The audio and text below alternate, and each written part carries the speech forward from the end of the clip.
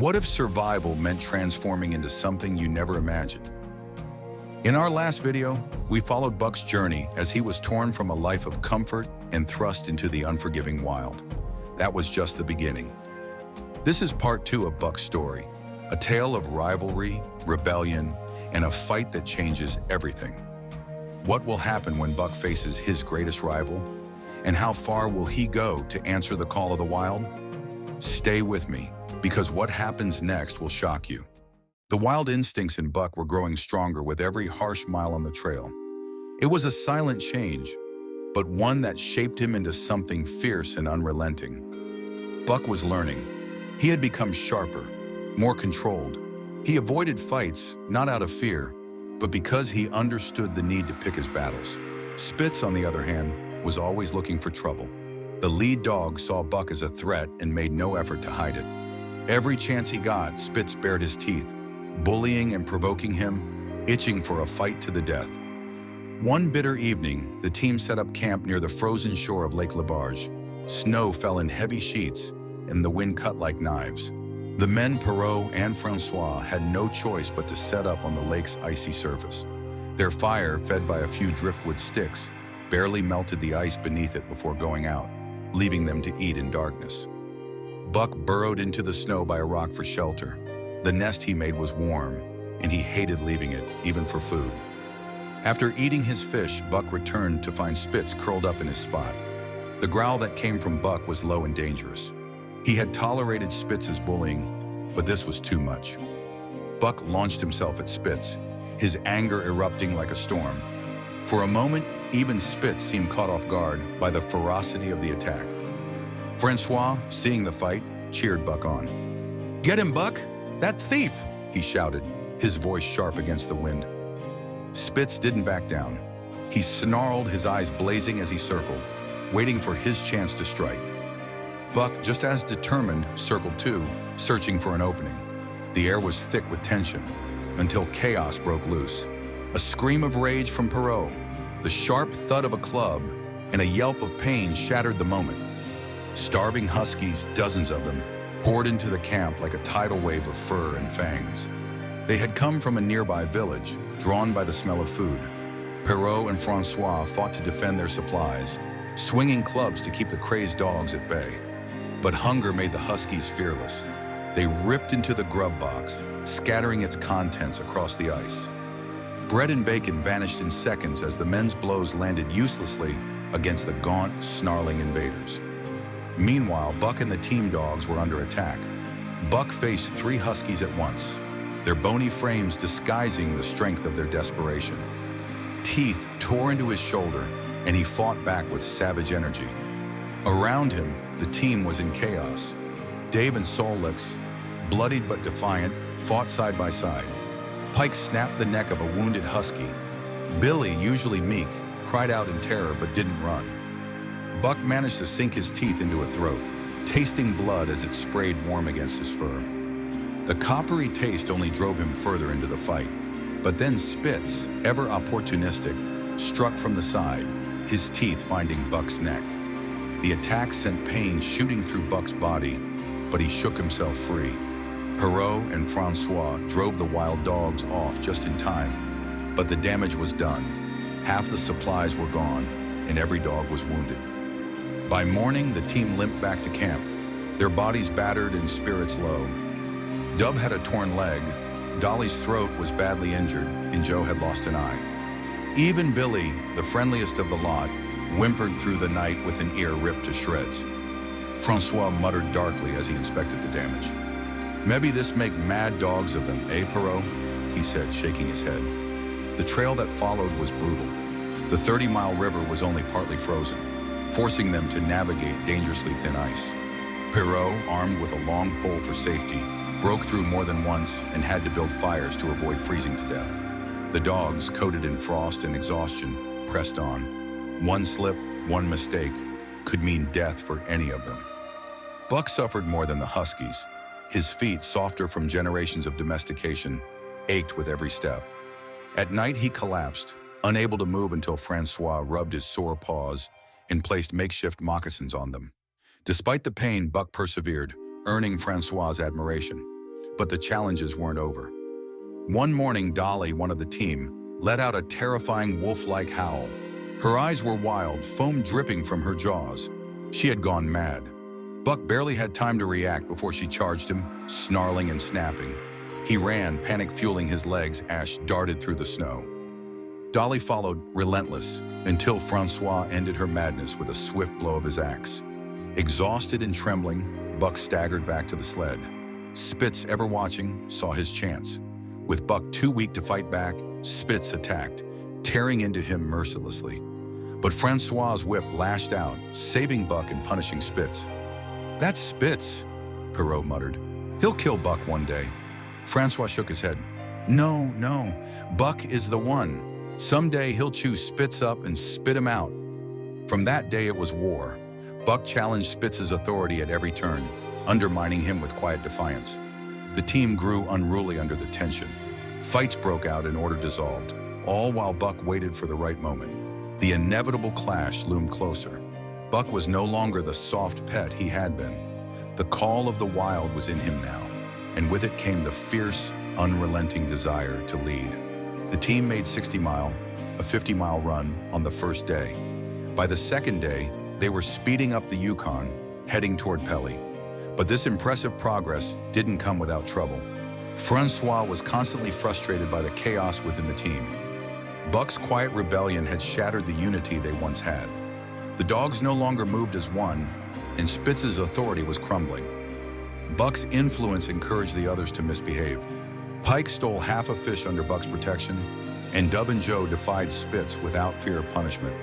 Even Billy, usually gentle and timid, was becoming more aggressive. Buck himself would strut before Spitz, bristling and snarling, daring him to act. The camp became a noisy, chaotic place, with constant fights and squabbles among the dogs. Only Dave and Solex remained unaffected, though the turmoil wore on their patience. Francois was beside himself with rage. He stomped the snow, shouted curses, and lashed the dogs with his whip. But it made little difference. The moment his back was turned, the bickering resumed. Buck worked hard in the harness, but he also delighted in stirring up trouble. He was careful, though. Francois never caught him in the act. One evening, at the mouth of the Taquina River, Dub startled a snowshoe rabbit. The rabbit bolted, and the entire team gave chase. Nearby, a camp of Northwest Police dogs joined the hunt, swelling the pack to over 60 dogs. The rabbit darted over the snow, light and quick, while the dogs struggled to keep up, their paws sinking with every step. Buck led the charge, his body low and powerful, every muscle alive with the thrill of the hunt. The moonlight lit the snowy landscape as he surged forward, gaining with each leap. His instincts had fully awakened, the hunger, the joy, the drive to kill. It wasn't just about survival. It was about the raw, primal ecstasy of the hunt. Spitz, ever calculating, saw his chance. He broke away from the pack, cutting across a narrow neck of land to intercept the rabbit. As Buck rounded a bend, the rabbit still just ahead, Spitz leapt from the shadows. His jaws closed on the rabbit, breaking its back with a sharp crack. The rabbit screamed, a piercing cry that sent a shiver through the pack. The dogs howled in wild excitement, but Buck stayed silent. Without hesitation, he charged at Spitz, colliding with him shoulder to shoulder. They tumbled in the snow, snarling and snapping.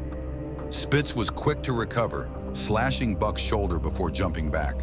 His teeth snapped like steel traps as he circled, lips curled in a menacing snarl. Buck knew what this meant. This was the fight, the one they had both been waiting for. The pack formed a silent circle around them, their breath hanging in the frosty air. Spitz was an experienced fighter, controlled and ruthless. He never attacked without being ready to defend, and every time Buck lunged for his throat, Spitz countered with sharp, precise bites. Blood dripped from Buck's wounds as the fight dragged on. Spitz remained unscathed, moving with deadly efficiency. Buck, however, had something Spitz didn't: imagination. He shifted tactics, pretending to aim for Spitz's throat before suddenly ducking low and driving into him with his shoulder. But Spitz was too quick and slashed him again, leaving Buck panting and bleeding. The pack watched in tense silence, ready to pounce on whichever dog fell. As Buck grew tired, Spitz began to press his advantage, forcing him to stumble. At one point, Buck nearly went down, and the pack surged forward, only to stop as he recovered just in time. Then Buck changed his approach. He feinted another shoulder attack, but at the last second he dove low and clamped his jaws on Spitz's foreleg. There was a sickening crunch as the bone snapped. Spitz yelped, struggling to stay on 3 legs. Buck didn't stop. He repeated the move, breaking the other foreleg. Spitz tried to stand, his eyes wide with panic as the circle of dogs closed in. He had seen this before. Beaten dogs surrounded and finished off by the pack. But this time, it was Spitz who was surrounded, helpless. Buck didn't hesitate. He lunged forward, his shoulder slamming into Spitz one final time. Spitz staggered and fell, and the pack descended on him. In moments, he was gone, lost beneath the writhing bodies. Buck stood tall, his breath steaming in the cold air. He was no longer just another dog on the team. He was the leader now, the dominant force. The wild in him roared, and he knew deep down that this victory was just the beginning. The morning after Spitz's death, Francois inspected Buck's wounds by the firelight. "That Spitz fight like hell," Perrault said, studying the deep cuts. Francois nodded. "But Buck fight like 2 hells. And now no more Spitz, no more trouble." As the camp was packed up, Buck confidently moved to the lead position in front of the sled. But Francois, focused on practicality, placed Solex there instead. Furious, Buck sprang forward, driving Solex out of the position and standing firm in his place. "Look at dat Buck," Francois exclaimed, laughing. "He kills Spitz, now he wants a job." But Francois wasn't ready to give in. He grabbed Buck by the scruff and pulled him away, dragging him aside and putting Solex back at the front. Buck growled low, but he didn't attack Francois. Instead, he circled just out of reach, watching every move, daring them to make him stop. Francois tried using a club to scare Buck, but Buck was too smart. He remembered the man in the red sweater and knew how to avoid his reach. He dodged every blow and refused to return to his old position in the harness. Time dragged on as Francois and Perrault chased him around the camp, swearing and throwing clubs. But Buck stood his ground. He wasn't running away. He was demanding what was rightfully his. Finally, frustrated and out of time, Francois gave up. With a shrug, he moved Solex back to his old position and called to Buck. This time, Buck trotted forward triumphantly and took the lead. Francois threw down the club, muttering, "Never such a dog as dat Buck. Worth $1 Tucson by gar." From the first moment in the lead, Buck proved himself. He excelled in judgment and quick thinking, often surpassing even Spitz's abilities. The unruly team, which had been in disarray during Spitz's final days, quickly fell in line under Buck's firm leadership. Pike, who had been lazy and defiant, felt Buck's sharp teeth on his neck whenever he slacked off, and by the end of the first day, he was pulling harder than ever before. Joe, the sour-tempered dog, tried snapping at Buck, but Buck smothered him with sheer strength until Joe whimpered and backed down. Even new dogs, Teak and Kuna, were trained with astonishing speed. Francois was amazed. "Never! Dis Buck, he is one of a kind!" he exclaimed as the sled flew across the icy trail, faster than ever before. The team covered record distances, averaging 40 miles a day for 2 weeks straight. They flew over frozen rivers, lakes, and snow-packed trails, the men taking turns riding and running behind the sled. On the last night of the journey, they topped White Pass and saw the lights of Skagway below. It was the fastest run of the season, and Perrault and Francois were celebrated as heroes. But the celebration didn't last long. New orders arrived, and Francois wept as he hugged Buck goodbye. The dogs were sold to a Scotch half-breed driver and sent back onto the trail, this time as part of a heavy mail train. The work was grueling, with heavy loads and soft snow making every mile a struggle. For Buck, the monotonous days were broken only by feeding time and occasional fights with other dogs, which he always won.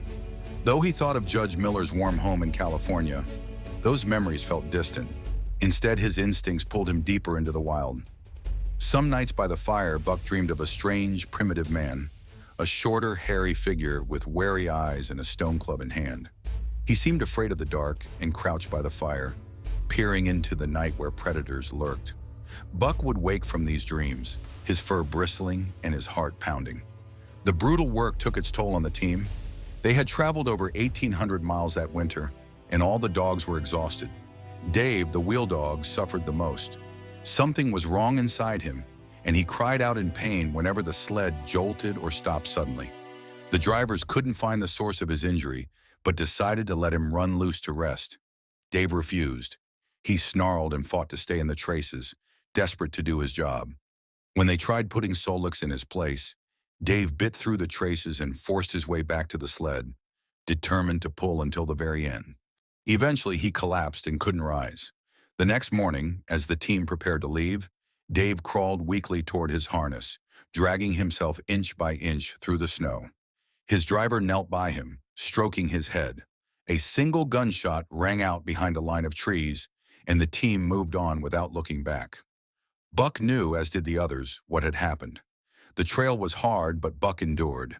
He kept his team in order, pulling them forward day after day. The call of the wild grew louder, and Buck felt it deep in his bones. He didn't know what lay ahead, but he knew he would face it head-on, the leader of the pack. And so Buck stands tall, the dominant leader who answered the call of the wild. From the first tremors of rebellion to the final showdown with SPITZ, Buck's transformation reminds us of the primal instincts within us all, waiting to be awakened when life demands it. But what lies ahead for Buck? Will the harsh trail break his spirit, or will he find something even greater? What do you think defines true leadership? Brute strength or cunning? Share your thoughts in the comments below, and don't forget to like, subscribe, and join us next time as we explore the next chapter in Buck's extraordinary journey. Until then, remember, sometimes it takes the wild to discover who we truly are.